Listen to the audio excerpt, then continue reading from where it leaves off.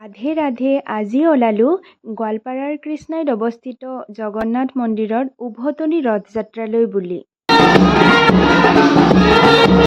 এয়া জগন্নাথ মহাপ্ৰভুদেৱক ভোগ প্ৰসাদ দিয়া হৈছে আৰু আমিও ভোগ গ্ৰহণ কৰিলোঁ।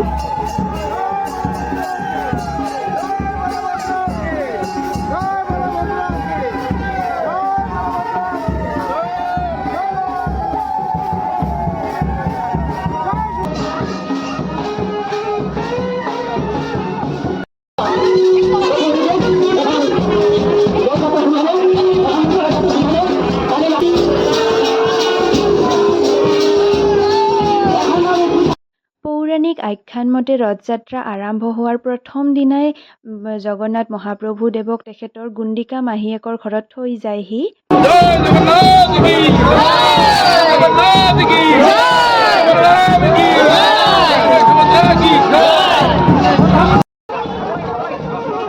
আৰু 7 দিন থকাৰ পিছত তেখেতক নিজৰ মাহীয়েকৰ ঘৰৰ পৰা উভতাই নি আকৌ নিজৰ গন্তব্য স্থান অৰ্থাৎ মন্দিৰত পুনৰ স্থাপন কৰা হয়। এইটোৱে আচলতে ৰথযাত্ৰা উৎসৱটোৰ আঁৰৰ কাহিনী।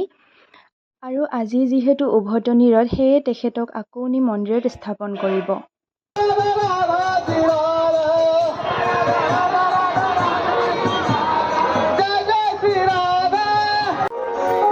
ৰথযাত্ৰা শেষ হোৱাৰ পিছত আমিও সেৱা লৈ ঘৰলৈ বুলি উভতিলোঁ।